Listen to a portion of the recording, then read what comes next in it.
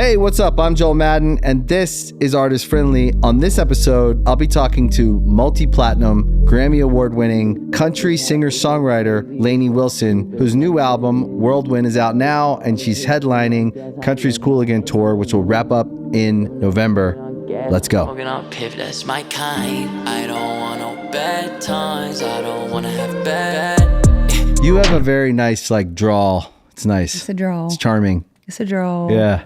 It's nice, especially, and you're a country singer. So that's kind of the experience you want to have. That's right. When you meet a country singer, you're like, oh, yeah, it's great. Yeah, no, it's actually when I moved to Nashville, I thought I was moving there to meet a lot of people who sounded like me that were going to be doing country music. It was different. It's I was New York. Might as well be New York. Fish out of water. Yeah. But, do you live in Nashville now? Yeah, I've been there 13 years. Do you love it? I love it. I mean, it's kicked my butt quite a few times. Yeah.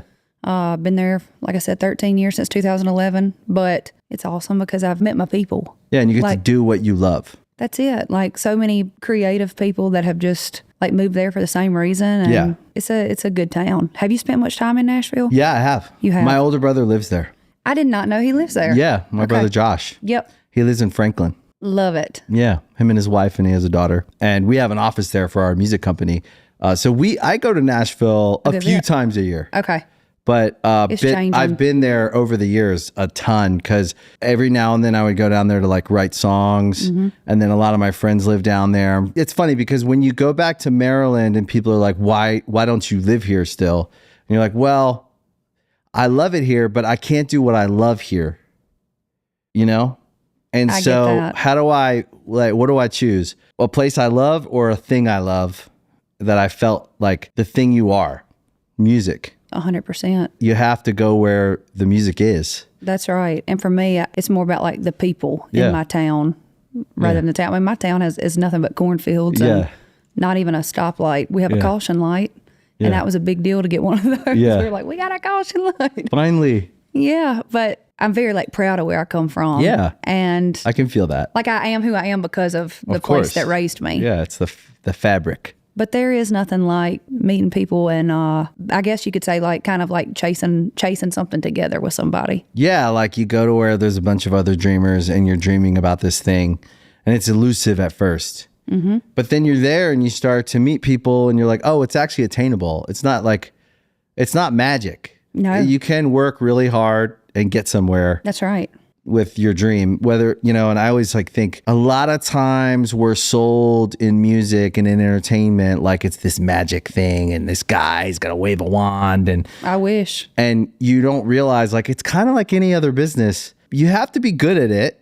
For sure. You have to work really hard and you have to try a bunch of days in a row and then just keep doing that for many, many years. And then you start seeing, oh, I'm getting somewhere. That's right.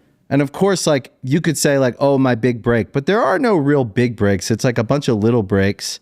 Because even if you meet the guy and you get the thing and you sign the record deal or you get the first publishing deal or this, you still have to show up. It still does not mean anything. It doesn't mean anything. Not a thing. It's when you're 16, you're like, if I could just get that car. Yeah. If I could just get the boyfriend. If I could just, get a degree. If I could just get my first guitar. I mean, it just goes on and on and on. You're you didn't think about, oh, now I need to get the job to put gas in the car. And then I'll drive the car to the job and I'll do the job. And then it's you don't think about the complexity and the layers of what it actually means to have a life. Yeah. And too many aspiring artists, right? I'll call them artists, not to disrespect them, but they're aspiring to become artists that can do what you do. And they look at you and they go, it must be nice. You're like, it wasn't actually, always. sometimes it's not that nice. That's actually, right. It's really hard. That's right. It is hard. And what I've realized is my struggles that I had in 2011 when I moved to town, when I was living in a little camper trailer, I lived in that thing for 3 years. You did? Oh, yeah. Did you rent it from someone? No, I bought it from Louisiana and hauled it to Nashville. Entrepreneur. Parked it down. Yeah. No one can take that. No. And what I've realized is, even 7 years after that is when I finally got a publishing deal, because I would consider myself a songwriter before, an artist. And then year 8, got a record deal. It still did not mean anything. It just means that, all right, you've been preparing for the race. You just entered it and now you're about to run it. And that just continues. But that's also the cool thing about this business too, is it keeps you on your toes. And it keeps you living a life where you have things to write about. That's it. There's a lot of pain in it, a lot of suffering, a lot of joy, ups and highs, downs. lows. I was watching the Olympics and I was watching all these athletes that train their whole life to not get a medal. And just for a few seconds, so We're looking at everyone that's like the first place, second place, third place. And there's all these other ones that like train their whole life. And I thought, I always bring things back to art and music because I don't think people contextualize what it took to get that record made, the life you had to live to write that song. That's right. All the things that go into it. Are you excited about your new record? Oh, I'm partial, but It's good. I'm very pumped. We were working on this thing before the other one came out. Yeah. A couple years ago, and the past couple years of my life has been changing constantly, daily, and we just had to kind of rise to the occasion with everything. And what I realized is I think I might do a little bit better under pressure. Yeah. Because I do think this stuff is the best stuff that I've done so far, and my band got to be a part of it, and you can hear a lot of their influences and the their music backgrounds. is good. Thank you. Jay Joyce, he's mad scientist. It's interesting. It really does feel like that on the record. It feels like a band's playing. I didn't know that. Yeah. Now that you tell me. Yeah, I've got my guitar player comes from like a punk background, and then you've got some of them come from funk, jazz, blues, rock, like you name it, a little bit of everything. Yeah. The record is very musical. I'll take that. It's really got some like musical layers to it. Thank you. It doesn't sound like a producer made a track and then you wrote on it. You know what I mean? No. It's so good to hear that. Yep. No, I love working with Jay Joyce because I feel like, well, first of all, before we even decided to work together years ago, he like took the time to really get to know me and like my personality, my background, my story. And I think that has kind of been the special sauce. That's what kind of makes our relationship, and this record specifically, just feel a little bit different. It's really good. Thank you. I'm glad. That means a lot coming from you. Really? Yes. Thank you. I value your opinion. It's really good. I love country music. So I listen with a very, I don't want to say critical ear, but I've been making records a long time. So I hear stuff on records. And when I hear a really musically rich record, it's refreshing. For sure. And I can get down with like a pop track and all that. Every song's different, but every now and then you'll hear some music and you can hear it live. You can hear the it sounds like, now I'd go see that live. Well, and that's what we were trying to make sure happened because the past couple years since we put out our last record, we played hundreds of shows. Yeah. There's really no telling how many that we have actually played. And so we have seen what works, what don't. And I went in there and I just said, like, I need some thump, whatever that means. They're like, what do you mean? I'm like, I'm not going to know what it is until I hear it. And I think we found it. I think it's almost like we were all on the same page about what was missing from our live show without really even talking about it. It happens when you do that together. Yeah. You live together for a few years out there on the road. That's right. You just kind of organically, that's why touring is so important in development. That's right. It is. We've just found it along the way. Yeah. And we'll keep on finding it. Yeah, I was talking to an artist the other day and they were like, what should I do? And I was like, you're playing all these shows. That's what you should do. That's right. Go out and play. Because you also like, you don't realize it, but when you're on the stage, you are actually like forming. So you've accomplished a lot and it's been hard work, but that's what it means to be a great artist. It means to have to work really hard for however long, and everyone's journey is different. But whenever I see any artist doing well, and you kind of know who's been at it or whatever, but you know hard work has gone into that, right? And then you see people who push it further, and they get a better live show, and they take it. And there's different levels that you can never stop growing. But while you're out there, I think you're kind of like learning. You're watching people's faces, and you're like seeing their reactions. And you're seeing when you hit a chord on a song and open a song up, you start to see the same thing every night. You're like, oh, when we play that song, like immediately everyone smiles and you start to like notice, and that informs the stadium show one day. That's right. When you put that set together, it's thousands of hours and minutes and words and feelings that you're designing. I think you're one of those like stadium country acts. Like it's fingers crossed. No, I just think so. I think like there's a few that could do it and fill the space. And I think you have the personality. I think you have the songs, and I think you have the ability to accept it. Some people, it's hard for them to accept when they get to certain levels, right? You have to kind of hold it. Oh, yes. And two, like, I mean, it sounds cliche or whatever you want to call it, but like, I've always known I was going to do this. Even when I was 9 years old, when I wrote my first song and my parents took me to Nashville for the first time. They knew it too. They knew it. Yeah. And so they helped do anything they could to like encourage me and lift me up. And it makes me sad to know that, you know, a lot of kids who have dreams like I did, they don't have that. Yeah, it falls on like deaf ears. That's right. Yeah. But I think kids know a lot more than you give them credit, you know? And I do too. I really do. I think like you should listen to your kid when they say that they want to learn how to play the guitar. Yeah. Because you just never know. And yeah, it's been a wild journey, but the truth is I just don't know how to do anything else. Yeah. This is it. There's been no plan B for me. Yeah, me too. It's like, this is it. Yeah. Yeah, and I feel that. And it's That's nice. the only way to be, in my opinion. If I would have had a plan B, I don't think things would be looking like they look right now. Yeah. I know that. Yeah, if there's a door, there's an exit. I mean, I definitely should have packed it up and went home a few times. Yeah. What do you think the hardest period of your career has been? Would you say it's the early stages, or would you say it's the stress and the pressure of success? So when I got to Nashville, there was a guy from my hometown. His name was Jerry Cupid. And he's actually the one that taught my daddy how to play guitar. And in the late 70s, he wanted to move to Nashville and be a producer, songwriter. And my grandfather, my daddy's daddy, gave him a little bit of money to help him move to Nashville to get started. Oh, that's nice. Yeah. And he kind of became my mentor. Like every time he would come home to Baskin to see his mama, like he'd stop by my house at 9 years old and listen to the songs I was writing and be like, hey, you know, if you're writing about this blue truck, like how fast does the truck go? Like, you know, how does it make you feel and this and that, and just giving me pointers and really kind of taught me how to write a song. And years later, because he remembered what my grandpa did for him, he let me park my camper in his studio parking lot for free. Oh, wow. So it's crazy to see like what comes around full circle, you know, like what my granddaddy did for him, even though he's been gone, you know, it still just kind of comes around. So long story short, I was living in my camper. He and we wrote music together for 3 years. Just like every single day I'd go over to the studio, we'd write. And he got sick and he died. And it was kind of a shock to everybody. And I had to start over from square one.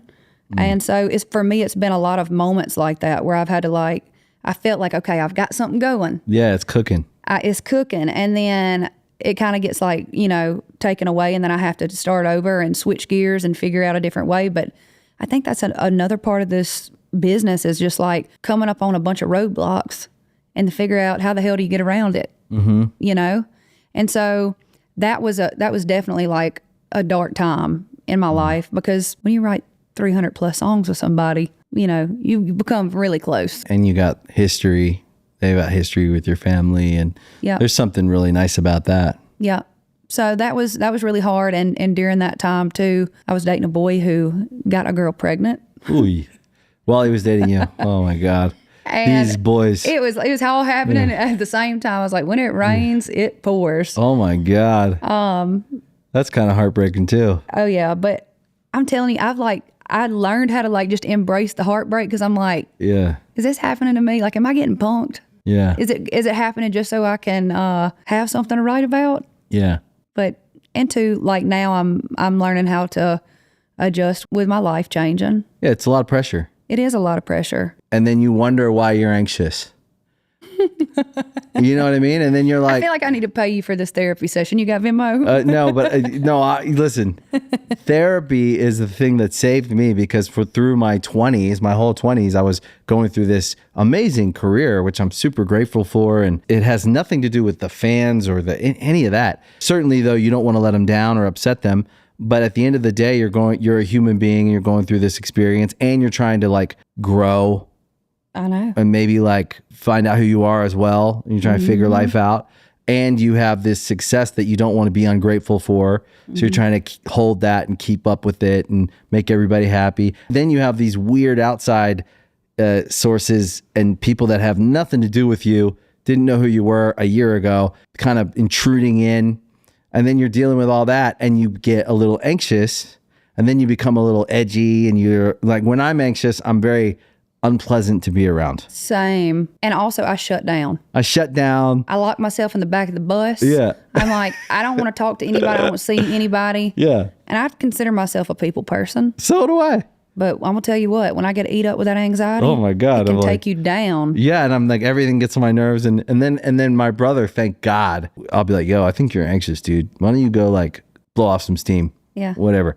Same. We'll like look out for each other. But through my 20s, I had to like arrive to the idea that I was even anxious. I know. I didn't know I was well, first of all, your body has been used to that feeling for so long. Yeah. And stress, constant stress. And so I'm not here going like, poor me. No, I think all of us, I think most successful people that I've worked really hard for it are never poor me, but you're still experiencing the stress of the moment of whatever you're in. That's right. When I started going to therapy, that's when I realized like, oh, I can unpack this stuff and live with it. And some of it I can get rid of, but I can just like breathe a little bit. That's right. And go like, oh, none of it's permanent. No. Just have to work through it. And too, where I grew up, I mean, therapy was not talked about. No, me either. You're like, if you go to therapy, that's some kind of like taboo. That's why it took me until I was like 31 to go to therapy. That's right. Or 32. Now I've been in therapy for like 13 years. Amazing. I know. Fucking love it. I know. My kids hate it because I'm like, how do you feel about that? Do you want to talk about it? And they're like, Dad, I don't need therapy right now. Like, okay, I'm just saying, if you want to talk about it, you know. I love it. It's important. It's important. It is important. There's a lot of forms of therapy too. It's not, you don't have to go sit with a therapist. For me, I do traditional therapy, but also like I work out. That's right. Or make music. That's right. It all kind of works together, but you got to take care of yourself. And I'm learning that. Yeah. Because there's been moments where I haven't really taken care of myself. I've just been like doing whatever I got to do to get through it. And I want to give 190%. You know, I want to like set myself up for success. And nobody's harder on you than you. Yeah. You know, and that's true. I'm trying to make sure that I'm taking the time to be able to lay down at night and be proud of what happened. I hope you are. I am. You should be. I'm doing a lot better with the whole balance thing. But for so long, it was like I didn't have anything and no opportunities, and they kind of all came at once. Things are a little different than they even were 6 months ago. And then those 6 months, it's what you say no to now doesn't even really come into play until 6 months from now. You know what I'm saying? Yeah. So we're figuring it out. That's all you can do. Yeah. But balance is important. Yeah. And then like there are some times where you have to remind yourself like, oh, I'm in a busy season. Yes. And there's nothing I can do about it right now. Dude, I needed to hear this today. And then I know on the other side of this busy season, I got to find a moment. That's right. To reflect on that. Let's watch the game tape. Maybe there's some stuff we can do more efficiently. Because it can just pass you by. And then it's just gone. And it's gone. It's gone. You don't even remember it. I know. And I want to remember these days. Yeah. I work too damn hard. Yeah. To not remember it. It's funny, isn't it? Oh my gosh. It's a doozy.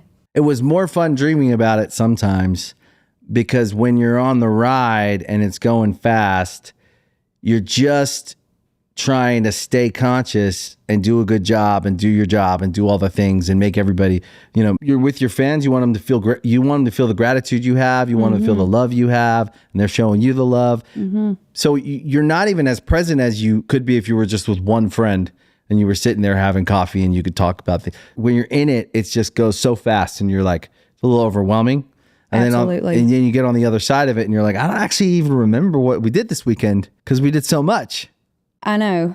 And two, like, I know you're not supposed to, like, you know, worry about the future and all this, but like for us at times, like you have to be prepared for whatever it is that's happening next week. I get a sense from you that you take a lot of pride in your live show, your performances. So you're preparing for that as well. And you want to make that perfect, which will never be perfect, but. And another thing I'm learning about that is actually something that Melissa Etheridge shared with me during Grammy week this week. She told me about the 85% rule. Oh, tell me about it. I wrote it down. I was like, I need to remember this. But She said for years, like she would get on stage and feel like she needed to like bleed out on stage and like leave it all out there. Yeah. Just like killing herself to just like make people feel something. And then she learned about this 85% rule where she's just saying you're leaving yourself a little bit of room to not set yourself up for just walking off stage and feeling like defeated, like you let yourself down. And I've tried to kind of shift my mindset a little bit because everybody else thinks you're giving 100%. Yeah. You know, but when you do leave yourself a little bit of that grace, it makes a big difference. Actually, that's a good rule for life. I like it. I like it too. I want to interview you. I would love that.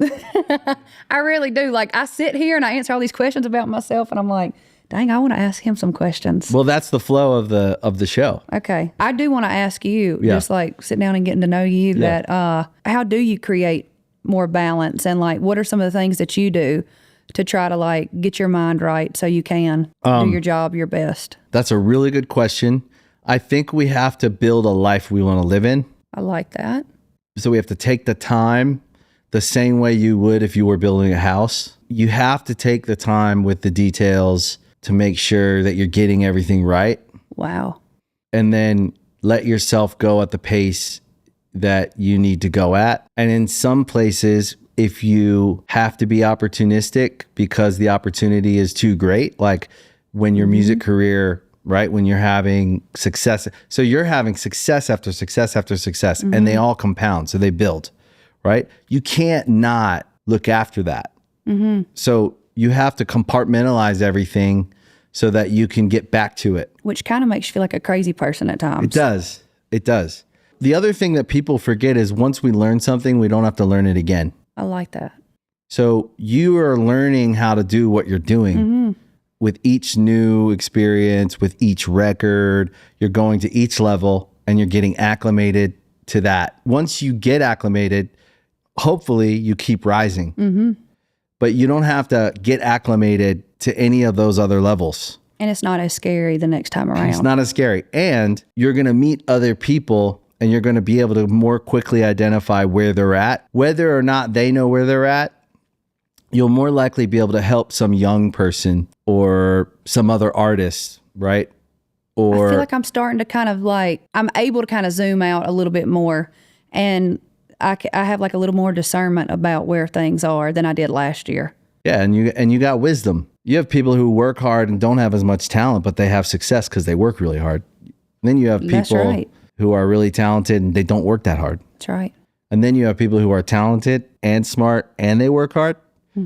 So for me, I always try to remember to trust talent and nurture it, work hard, and try to be smart, right? Do you think that you had all this wisdom years ago when y'all were like kicking off? Not at all. This is stuff that you've just picked up along the way. I think I unpacked it all in my 30s, and that's when I started doing the other things that all of that informed. It's like all my businesses. It informed all my artist career, informed my businesses, and then I realized all artists are entrepreneurs. We're all building shops.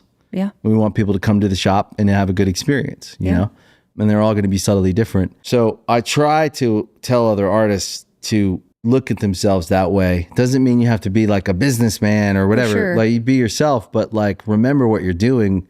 You're running a brand, you're running a marketing agency, you're running a record label. You're actually doing all this, whether you think you are or you're not. What we get while we have the artist career is like some kind of like master's degree. If we went to a college or something, on the other side of it, we would have like a master's in something. Yeah. You know, but it's not necessarily looked at that way. So we don't actually get a piece of paper, but we do get that education if we have our eyes open and we don't zonk out. Like, you know, some artists, it's, you know, I feel for them, but like over the last like 3 decades, I've seen people just like zonk out. And I think there's times that I have zonked out. Me too. And then came back to life and then I'll zonk out and then but I feel like I'm, you know, getting my bearings. I feel like you are. When I sit with you, I'm listening because I want to learn and grow, and like when I leave here, I'll probably be typing down a lot of stuff that you're saying because it's important to me, because I look at people who have had longevity and they've done it right, and I want that. I want to be able to set myself up for success, and like even I think back to the way that I was raised, and Like my daddy's a farmer, and he would always remind us that like he wasn't just working for himself. Yeah. But he was working for us and our kids and their kids. And so that's the mentality that I have. And that's what you do. Yeah. You work. Yep. Every person needs to work. That's right. We all have to do something. That's like a productive world. The people that become outside of society and they start putting that energy into bad things are people who don't have something to do. And so the best kind of work is work that you love. That's it. Because a lot of people have to go to a job that they don't love. They hate. Yeah. And they still do it because they have a reason. And that's the other best thing you can have is a reason to work. That's right. And when it's not really about you. Yeah, it's about, my dad, who I wasn't very close to, but I always respected him because he worked really hard. One of my big reasons in the early stages of my career was that I was doing something that was way easier than what he was doing. And so I felt obligated to do it, because it just seemed like a joke compared to like the work he did. I get that. So the idea that music or that any of this is like not serious and that we don't care about what we do, and it's like whatever is wrong, that we should care about what we do. We should care about the details. That's right. And then I also think for life is building a life you want to live in. I think you said the word balance. I think finding your opportunities to have that balance where you take care of when you can, right? And you'll have different moments where you can, but take care of yourself, take care of your health, and then take care of your personal life. I was lucky I got to build a family in my 30s. And I had just spent like 12 or 13 years like on them. There was not room for anything else. Yeah. I missed weddings. I missed birthdays. I missed everything. I was just always on the road. And at the time, that's what I had to do. That's right. That provided me the opportunity to slow it down in my 30s and find some balance and build a life with someone. Yeah. And I found more fulfillment out of that. Yeah. And I didn't realize that was possible. Yeah. Because I thought that the dream of like the platinum records and tours and all the stuff, I thought that was going to be the most fulfilling thing I could do and the most valuable thing I could do. There's a ton of value in it, but actually taking the time to put the family first when I got to, I got really lucky, I felt like. And I see other people doing it really well too. And they're actually like touring and building the family. Like everybody has a version of it. Yeah. I see the people who try. For sure. They build some version of it. And some of them are stadium guys, like playing stadiums and going home to their family. Everybody has a version of it, but I think you have to just want it and then try. Yeah. And figure out what that version is. So you're going to have to figure out what it means for you to find that balance as you grow. Yeah. And you will, because you'll try. Because everyone is like, how do you do that? And yet I always just say, just try and then try again. Yeah. And then that worked, that didn't, get rid of that, do the thing that works, try something else. And then you start like building some momentum in like that dance. And you also, your capacity grows as you stay in this thing. Yeah. And your capabilities grow and you get quicker on some things that were slower before. And I feel that too. Time shifts because you're like, okay, maybe it took us 6 months to make a record or 3 months to make a record. There is a version of you getting to a place where like, exactly how you make a record and the time starts to become a little bit like more focused. Yeah. But that's all just like record after record. Well, I feel like for this record, for me especially, I mean, you know how they say you've got your whole life to write your first one. Yeah. With this, I realized that there are so many different parts of this job now. Everything from just like brand partnerships and appearances and what's your merch look like? Yeah, I mean, that. like just so many different things. But there was not as much time for me to write 300 songs or whatever to get the 12 or 14 that I was doing. And so I had to really get focused. Yeah, because I don't think you need to write 300 songs now. But I know, and I think then I did. Yeah, because you were learning how to do it. Yep. Now you know a good song. Yep. And now I know too, I just know whether I want to share that message or not. Yeah. Probably within 30 minutes of writing a song where you're like, yeah, we got one here. Let's go. Let's finish it. We don't have time to waste. And I'm kind of getting to the place where I'm just like, once I start getting back to writing and stuff, I really liked the way that we did this record by just like diving in, knowing what we were trying to do and everything. I'm not going to say all of the time has been wasted, but I'm definitely moving forward, not going to be wasting time. Yeah. But all that time goes into the bank of experience. Yep. And so it's not lost. Yeah, I feel that. Because you call on it in different spots. Mm-hmm. And you never have to go back and waste it again. That's why it's not a waste. You know what I mean? That's what I think. How old were you when you started writing? 15. Yeah. This guy at our church gave us a guitar and a bass. And we were like the little poor kids. People would give us stuff. Then we got interested in music from that. And then we started trying to learn. And then we started listening to music. Did you come from a musical family? No. Not at all. No, no one would even know how, except for maybe church. Yeah. There was a lot of music in church. And we were only allowed to listen to Christian music. Yeah. So it was like we were like sneaking. God is an awesome. Yeah. He reigns from heaven above. With wisdom. Power and love. Our God is an awesome. I know the sign language of that one. Oh yeah, I know that one. That's a classic. Church of God. So then we started like sneaking cassette tapes in, listening to like the Beastie Boys, and the 90s was amazing for like good records. Alice in Chains and all this like great music. And then we started trying to write songs. Yeah. And then that was it. We started Good Charlotte, and I think we were just turning 16. And so how old were you when you got your record deal? When we got our record deal, we were 20. 20. Yeah. We left home 17, 18, playing like bars and stuff around like Baltimore, DC, Annapolis. And we would play any bar. We had an acoustic guitar by then, working like 2 jobs, doing anything because we were on our own. And it had to have come to y'all pretty natural though. We worked really hard at it. Yeah. Every waking hour that we weren't working a job, you were obsessed with it. Just like, how do you get a recording? Back then there was like papers with like classified listings of like studio time, and there was a magazine called The Musician's Guide to Touring and Promotion, and it had all the record labels, clubs. It was like a big directory of like labels and clubs and publishing companies in the music business. We made a demo, and then we got my sister to take like pictures of us, and we wrote up like a press release or a bio, and we put together like what we read books like press kits, and we would send them all out, and we would just be doing that nonstop, hundreds of them, and just like anywhere we could send it. And we were just like, we were managing ourselves, you know, and just like, it was the 90s. So it was all like really slow. Yeah. Like you'd get a written reply, but there's also numbers. So we were calling the record labels. It was wild. I love that. Yeah. Because you believed in yourself before anybody did. Yeah. You got to.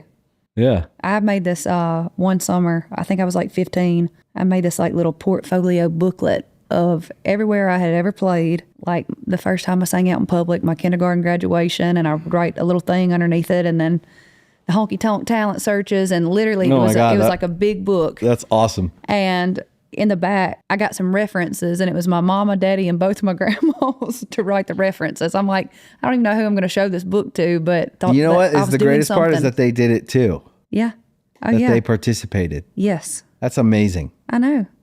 You gotta love them for that. Do you have any artists in, and maybe not just in country music, but in music, that you feel like have been maybe either mentors or just great supporters and friends? Oh my gosh. I mean, of course, Dolly Parton she's taught me a lot. She taught me a lot before I really even knew her. That's pretty cool to say. Yeah. And then even Mick Jagger has become a friend of mine. I'm like, how did that happen? Yeah. But we got to play a show with him a month or 2 ago, and just even like knowing that he was side stage watching us, it kind of gives me that little extra of like, okay, yeah, like these folks who I've, have influenced me and inspired me. If they're kind of signing off on me, I guess I really can do this. Yeah. Who was that for you? That's a good question. Probably the most influential person in music in my life for the last 20 years, 18 years has been my father-in-law, Lionel. Wow. To be such a legend. Yeah. But then to be so supportive and just have the depth of music that he has, you know, just It's you think about the unreal. guy who wrote We Are the World. I know. And I actually got to meet him. He gave me my very first CMA award I ever oh, that's cool. had. I won Female Artist of the Year 2021 or 22, and he was the one that gave it to me. That's cool. And I thought that's pretty cool. Yeah, he would remember that. Yeah. He's been such a big influence. And my mother-in-law, both of them have been like amazing parents, I love that. you know? I love that you have that. I'm very lucky. Gotta have people like that in your life. And that it's your in-laws. Like I hear horror stories about oh in-laws. gosh. From day one, they were both like open arms, really, really like amazing. But there's other people in the music business. I find a lot of the new artists or the newer artists have a big influence on me somehow. I love that. You know? I love that. Who are some of them you think? Bad Omens, incredible band and incredible people. Architects, it's like this heavy rock band, amazing people. I feel like you're always trying to learn something from somebody. Yeah, I'm a curious That's a person. good quality. Very curious. Chase Atlantic, the Australian kids. Cool. This is girl Poppy. She's awesome. Very much an individual, knows exactly who she is, and very focused and very okay with if they don't get it yet. And then I've watched her grow in her career, and that's served her. Now she's blowing up. She's having all the things. It's all coming together. But I've watched this person work very steady at their vision, and it reminds me that we all kind of need to have a vision for ourselves, I love that so much. and we got And to you like just said something that reminded me too, something that Melissa Etheridge said to me that same night. She said, don't get out there and try to win them over. Just let them catch up. yeah. It sounds like that's what Poppy's doing. You know who else is a lot like that? I found is Adele. Really. Yeah, she knows what she She wants. doesn't like stray away from. Yeah, she'll spend however long on the record. She's sure of it. That's right. It's not done yet. And then you hear it and you're like, Okay. that was worth it. That's right. I mean, she knew. How could anyone else know? You got to listen to yourself. Yeah. That's respectable. Yeah. That is. Because there's a lot of opinions and a lot of voices. Yeah. Well-meaning, you know, but like at the end of the day, I think with whatever you're doing, and some people listening may not be singers, but they may be trying to build something. That's right. And I think it goes into even like building a family, building a life. I think you have to have a vision. And I would almost say the first question should be like, what's the vision? What's the vision? And like, what tools are you going to keep in your tool belt? Yeah, because to you bring could it to say, life? oh, it's just big. You're like, well, that's big is part of a vision, but it's not the vision. That's right. The vision gonna get has to from kind of point A to like, B? you got to take your time with that one and kind of go like, what's the vision for this next chapter? Yeah. I could hear it on your record. I can hear Thank like you. a vision. There was a vision, and we call the record Whirlwind because that's what my life has been the last couple of years. But I guess just writing and recording the record just brought me a lot of like peace and comfort during a time of my life that was changing a lot. And so the vision was for people to just like hear it and feel kind of like feel grounded and at home. But also, I don't know, there's a lot of different emotions and feelings that we wanted people to feel in there, but I know how making the record made me feel, and it just kind of like took my head out of the clouds for a minute. Yeah, I felt when I heard it, because I got it right away, a whirlwind, I already knew that that's what it was about. That's what it summed up. But it also was a way of acknowledging it, and almost acknowledging it puts you back in the ground. Yes. And then there's lines on the record, like the line, "A good horse always comes back home." Mm-hmm. Is that the line? Yeah. I don't know if I got it Good just horses right. come home, Good yeah. horses come home. It like hit me so hard because it's true. Well, it's just what we were talking about going even back to the balance. It's like, I love the road. I love chasing these things, but I also know that like I got to go back and plant my feet on the ground and be Lainey, the sister, friend, daughter, everything, so I can be the artist. And no one needs to remind you, the girl who lived in the camper, no one needs to remind you. You were there long enough. Yeah. Right? The world tries to make us feel like we should be smaller, we should be quieter, especially if you're a woman. You should not say this, you should not, And I always challenge that idea. I think it's coming from other people who haven't worked it out, or maybe they're suffering, or they're in pain, or maybe their self-esteem is low, whatever. I'm not faulting them. But don't tell me not to go and try to climb that mountain. That's right. And then when I'm on the mountain climbing, I'm not going to be looking back trying to listen to you tell me that I shouldn't be up there. I'm going to be climbing. That's right. And then if I climb the mountain, thank God, if I get up there, don't tell me how long I can stand up and look at the view. I'm not saying I'm better than you because I climbed the mountain, but let me climb the mountain. That's right. And then when I'm ready to come back down and look at the next mountain, then I'll do it. Then I'll do it. Like, that's the thing. I always think, like, who told the girl who lived in the camper that she could be audacious enough to think that she could do this? No one, except for a couple people that loved you. And actually, they just loved you. That's right. And they saw all the good. If we let the world tell us too much, there's a fine line in being a thoughtful person and having good manners, and then letting everyone tell you that you can't go and try to scale that wall or climb that mountain. That's right. And I always got to remind myself, because it's those voices, and you just got to like block it out. Yeah, politely say, like, fuck off. That's right. I got to go and run this race I want to run. That's right. To see how fast I can run. But I will say too, somebody told me this, and I was like, I really like that. One day I said something about, man, I got a lot of people to prove wrong. Yeah. And they said, no, how about like flip it and just be like, I got a lot of people to prove right. Like, think about all those people that let you play that 4-hour restaurant, and like, think about those people who really thought that you might have a shot at this. Yeah. But still, every now and then I'm like, no, I still got a lot of people to prove right. I can't help it. I tend to agree with you. Yes. But we said thank you then. That's right. You don't owe them your life either. Right. And all the fans, like, I want to prove them right, and I want to prove my family right. But the people that laughed at me or picked on me or that were mean to me, or that, those ones stick with you for their scars. They're burned deep in your psyche. They do. And there's nothing wrong with that either, because those are some of the things that have driven me. I'll be honest. As long as we, I think, acknowledge like both. That's right. You know? I think that's important. Yeah. I think it is. But I think you do. Take the good with the bad. Yeah, I think you do though. Like, I was excited to talk to you because I just feel like you're like kind of badass. Thank you. I know how hard it is to make it. And so I know what that feels like. For sure. And so there's an energy you bring with you for all the years that like you can feel it in the music, and it kind of like, I think it's a good thing. Thank you. I think that there's people listening to your music that are getting more than just like good songs. There's some kind of energy or spirit around it that like people need, especially now.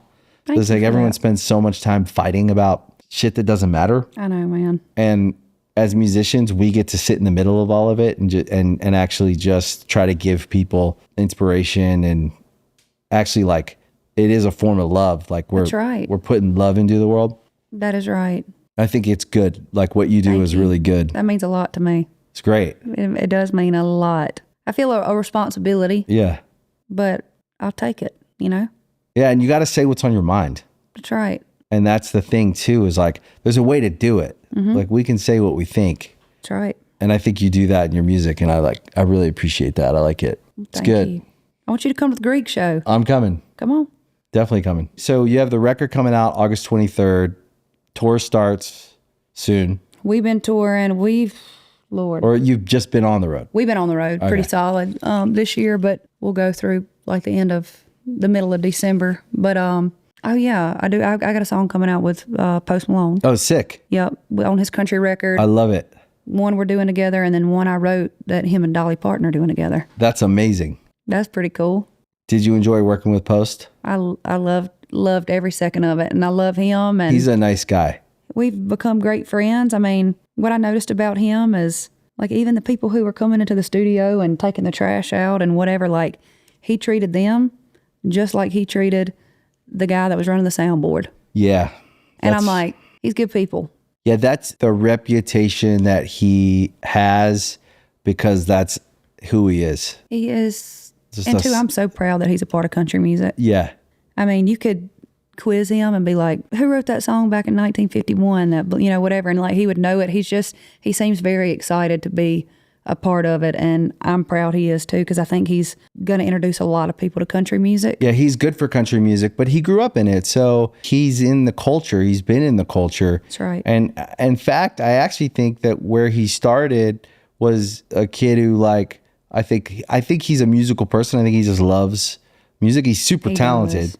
I know. But I think that like country, it feels to me like it's more natural than ever. I know. Like I feel like everything he's done to now has been, I'll bet you he does country the rest of his life, because everything he's done has evolved him back to where I'll bet you he started when he was a kid with listening to records and stuff. Well, that's the way, like even when he was telling me about the songs or playing me the songs that he and like Morgan and Luke Combs and they had all written that past week. He was like a little kid. Yeah. Like how excited he was about it. You could tell that it like got him fired up, and I'd never been in the studio with him when he was, you know, playing other kinds of music, but there was something about it that I was like, this is pretty cool. Yeah, he knows his music too. He does. He really likes like rock, country, hip hop. He's just a music. It's about the music. Yeah. I love Post Malone. I do too.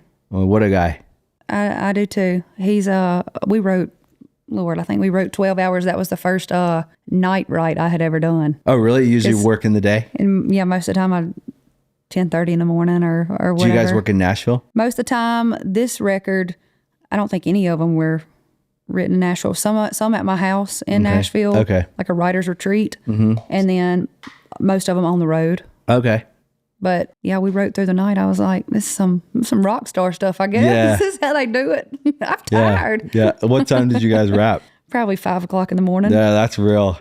I don't think I could go past 2. Yeah. And I was like, shoot, I'm going to hit up that McDonald's. And then I got there and then I realized they weren't even open yet. Yeah. And I was like, that's awesome. I'm really excited to hear that too.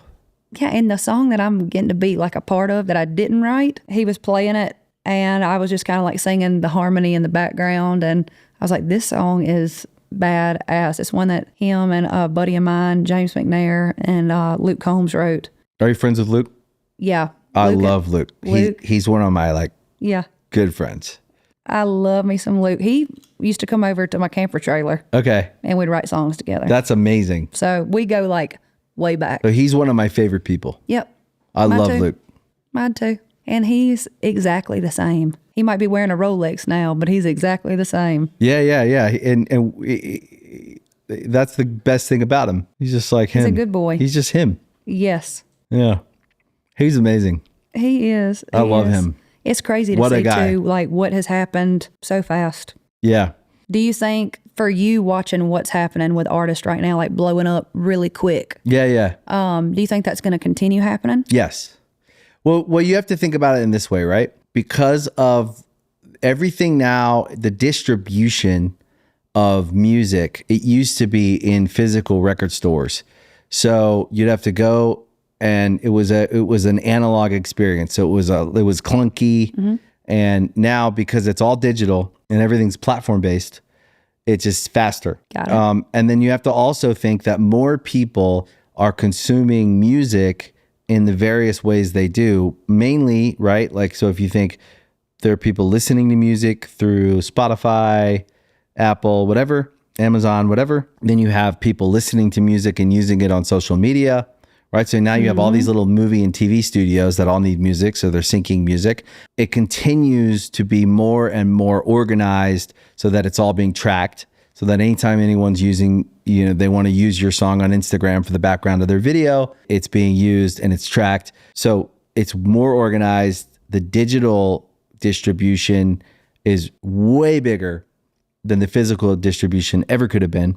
And then you also have to think that every year, another 100 million people get a smartphone. And so as the world expands... I did not realize that. Yeah, so the world continues to, it's more and more and more accessible for people all around the world to get a smartphone. And then also keep people aging into having phones, right? So 13, 14, whenever they get their first phone, 12, whatever. So every year you have this audience that's another 100 million people. And now they're all searching. So I'll tell you this, our music is bigger now than it's, as far as audience goes, than it ever was. Wow. So our shows will be big. Our shows are bigger than they ever were. So everything just grows because there's just a bigger audience. That is so nuts. But what do you think? Like, so if everybody's getting so big, so fast with the oversaturation, like I'm trying to wrap my head around that. I'm like, there's not enough venues for everybody to go play. That's true. And like, you see and that also sometimes. people just can't afford it to go see everybody. So like, are people actually going to start showing up to live shows? Well, they're showing up to your show. They're showing up. Thank the Lord. Yeah. So what I would say is I think that it becomes more about the quality of the experience and how you continue to nurture. That's why I always say, like, zoom out on the big thing of like the distribution of the music, right? But then zoom back in on your own, like, call it a niche, right? If your audience in comparison to the whole audience is a niche because it's, let's say 50 million people are listening to your music, I would say continue to super serve those people and it'll grow over time. And if you get swept up in the how am I going to break through and compete with the millions of artists that are trying to release music, you'll never be able to focus on what you're actually doing, which is like go back to the center, keep it small in the middle. Like I always say, the bigger your life is, keep your real life small. I love that. You know what I mean? Write that down. Like the bigger you get. That. I don't even have a tattoo, but I'm about to get that tattoo. Yeah. The bigger my life gets, which is weird because it continues to grow, but in different ways. Because it's not all about my music. It's not actually about me. It's about these other things. My home life, my real life has to continue to feel like small. Yes. So that I can continue. Those are the things that keep me going. Yeah. Friendships are important. That's right. Sometimes you kind of have to pretend that like this on the outside of that smallness is not real. But I think that like if you get overwhelmed with the size of the market that you're in, because like the world, it just keeps the audience just keeps getting bigger. It's insane. You got to go back to the small, That's like right. every now and then, and just make sure that it feels good to you. That's right. Like you got to taste the sauce. That's right. And go like, food's still good. Okay, Yeah. now we can go back out. Yep. And remembering why you started doing this in the first place. Yeah. Like holding on to that inner child. Yeah. And every now and then you go like, I just need an hour. I got to go like get back to that. That's right. And be the person everybody wants you to be. That's right. But you got to do the other so you can. Yeah. I think both are important. Me too. You know? I needed this. Me too. I did. It was good. Thanks it was for coming. Good. This just flowed and it turned into me interviewing you. And Yeah, it was great. I feel like I've met you years ago. Come on the next record. Come on. Please. Okay. All right, Lainey. Let's do it. Thank you. I hope you enjoyed today's episode of Artist Friendly. If you really liked it, you can follow, like, subscribe to the show anywhere you listen to podcasts, Spotify, Apple, Amazon. We appreciate your support, and we'll see you next time. Bad times.